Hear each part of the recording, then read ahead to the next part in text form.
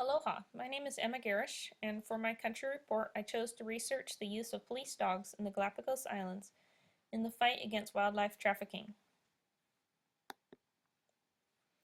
The world is faced with so many problems today, from human poverty and slavery to global warming and deforestation, that I find it is easy to become discouraged about the possibility for positive global change and progress. So for this report, I decided that I wanted to focus on a creative solution to a small part of the world's many challenges. The issue I chose combines two of my top interests, dogs and environmental protection. The Galapagos Islands are an archipelago of 19 islands in the Pacific Ocean that belong to Ecuador. They are volcanic in origin and range from 1 to 5 million years old. Here's a close-up map of the Galapagos Islands. Down here in the right-hand corner is San Cristobal Island, which is one of the islands I'll talk about a little later on. The Galapagos Islands are separated from mainland Ecuador by 600 miles of ocean. This isolation allowed a wide variety of unique plants and animals to evolve on the islands. Some of the Galapagos Islands include land iguanas, giant tortoises, like over here on the right, penguins, Darwin's finches, and marine iguanas. The waters around the islands are home to many fish, sea turtles, sharks, dolphins, whales, and other sea creatures, many of which are endangered. Unfortunately, many of these species are now threatened by poaching, overfishing, habitat loss, and invasion of introduced species. According to the environmental organization WildAid, the value of the global annual illegal wildlife trade is between $10 billion and $20 billion. In the Galapagos, sharks are a major target of wildlife trafficking, despite the fact that shark finning has been illegal in Ecuador since 2004, sorry. Still, 80% of the shark fins harvested in Ecuador come from the Galapagos Islands. Shark fins are popular for soup in China. And this is a picture of some shark fins just sitting out and drying. And killing sharks has impacts beyond their own population, because changes to one species in an ecosystem, especially a species high on the food chain, will have an effect on all the other species in the ecosystem. Poachers also kill felines to use as bait on the long lines they use to catch the sharks.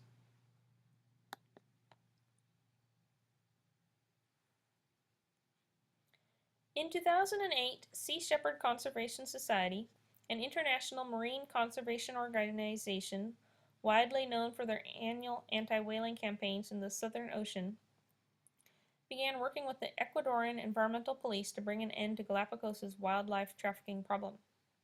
Their solution was not high-tech or complicated, but it was creative, and it is getting results.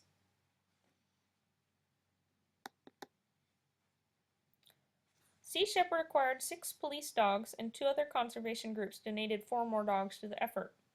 Sea Shepherd brought all 8 dogs to the Galapagos, where they helped the environmental police train them to sniff freight and luggage for animals or animal parts. After the dogs were fully trained, they were deployed at exit and entry points, such as airports and harbors, across the archipelago. The dogs sniff all outgoing and incoming cargo, and if they detect illegal goods, they alert their human partners by barking or scratching. Dogs are well suited to this type of work because their noses are so sensitive, and they are easy to train and communicate with. A dog's sense of smell is over 100 times stronger than a human's, and part of their brain that processes scent information is proportionately larger and better developed than ours. I can believe this easily because when I come home after petting someone's puppy, my 2 dogs sniff me all over and give me disgusted looks as though they know exactly what I've been up to. And this is just some pictures of police dogs at work. Labrador retrievers. I'm pretty sure either most or all of the dogs that Sea Shepherd has been using in the Galapagos Islands have been Labrador retrievers. They're very smart dogs, and they've got very good noses. In 2011, 2 dogs named Bosco and Nico, working on San Cristobal Island, checked 942 flights and 394 vessels. By detecting wildlife and wildlife parts, the dogs helped confiscate an impressive 357 shark bodies, 82 sharks, 225 shark fins, 292 lobsters, and 731 sea cucumbers. Then in 2012, the work of the police dogs led to the arrest of a German citizen. He was sentenced to prison for attempting to smuggle 4 endangered land iguanas out of the Galapagos Islands. Thanks to the canine police, the criminal was stopped at the airport. The dogs not only help catch criminals and detect illegal goods, their presence serves as a deterrent to would-be traffickers. Sea Shepherd continues to support the canine unit by paying for all the dogs' food and veterinary care and providing environmental law training to the Ecuadorian Environmental Police. After serving 5 years in the Galapagos Islands, the dogs are returned to Sea Shepherd. Sea Shepherd then places the dogs in good pet homes where they can enjoy a well-earned retirement. I find this case inspiring because it is an example of people finding a creative and successful solution to a serious problem. As I mentioned before, this is not a high-tech solution. Dogs have been part of our lives for thousands, maybe tens of thousands of years. But this is a new use of their abilities. We must all be creative and willing to try new things, or maybe reimagine old ways of doing things, in our efforts to make the world a better place for all people and creatures. The Galapagos Environmental Police Canine Unit is the first in South America, but hopefully as people see its worth, the idea will spread. Thank you for listening.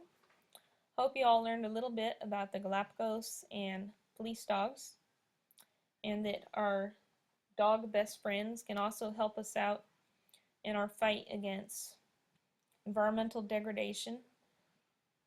My dog Jessie has been sitting by me the whole time and watching. I'm not sure if she approves. And here are my sources for my report.